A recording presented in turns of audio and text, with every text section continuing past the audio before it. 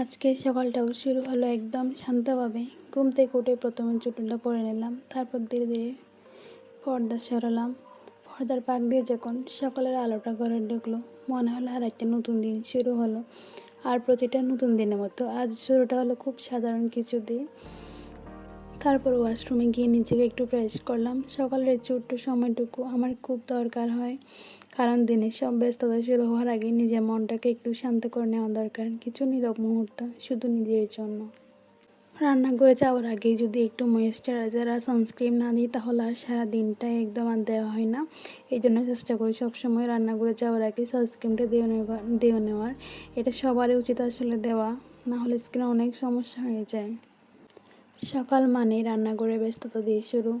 আটা দলা, রুটি বেলা, চুলার পাশে দাঁড়িয়ে একের পর এক ছোটো ছোটো কাজ। এই কাজগুলো হয়তো খুব সাধারণ, হয়তো কারো চোখে তেমন কিছুই না, কিন্তু এই সাধারণ কাজগুলোর মাঝে লুকিয়ে থাকে একটা সংসারের যত্ন, একটা দিনের শুরু। যেহেতু আমি নাস্তা করবো, তাই এখানে আমি রুটিগুলো প্রথমে বেলে নিচ্ছিলাম। আর আম্মু সকালে উঠে এখানে আটাগুলো কাই করে রেখেছিল। আমি জাস্ট উঠে এগুলো বেলে তারপর আমি তাওয়াতে দিয়ে গরম করে খেয়ে নিব আমার নাস্তাটা। ভিডিওর মধ্যেখানে সবাই কেমন আছেন এটা জানতে ভুলেই গেছিলাম শুরুতেই। তো কেমন আছেন সবাই? আমি ভালো আছি। আমার চ্যানেলে যারা নতুন এবং পুরাতন রয়েছেন সবাইকে স্বাগত জানাচ্ছি। আর যারা নতুন এসেছেন তারা প্লিজ একটু করে সাবস্ক্রাইব করে দেবেন আমার চ্যানেলটা, আর একটি করে লাইক দিবেন যদি আপনার ভিডিওর একটি অংশ ভালো লেগে থাকে।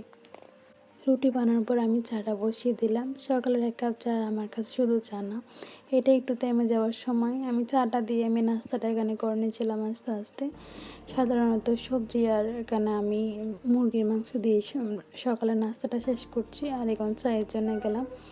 এটা একটু থেমে যাওয়ার সময়, একটু নিজের সাথে থাকার সময়, একটু নিঃশ্বাস নেওয়ার সময়। জীবন যতই ব্যস্ত হোক, এক কাপ চা যেন আমাকে প্রতিদিন একটু শান্ত হতে শেখায়।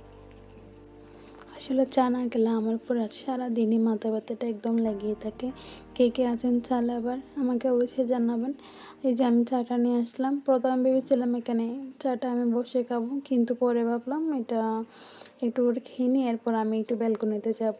ব্যালকনিতে গিয়ে গেলে হয়তো একটু ভালো লাগবে। চা হাতে ব্যালকনিতে গিয়ে দাঁড়াতেই মনে হলো দিনের সবচেয়ে সুন্দর অংশটা বুঝি আসলে এখানেই। সকালে উঠে যখন আমি ব্যালকনিতে যাই, এটা অনেক সুন্দর লাগে। কোনো তাড়াহুড়া নেই, কোনো শব্দ নেই, শুধু সকালের আবহাওয়া, একটু নীরবতা আর এক কাপ চা। আমার সকালগুলো খুব সিম্পল, তবু এই সিম্পল সকালগুলোর মাঝে আমি আমার ছোটো ছোটো সুখ খুঁজে পাই। এভাবে শুরু হয় আমার প্রতিটা দিন। আপনাদের সকাল কেমন কাটে অবশ্যই আমাকে কমেন্টে জানাবেন। আজকের ব্লগে এটুকুই। আসসালামু আলাইকুম সবাইকে। আল্লাহ হাফেজ।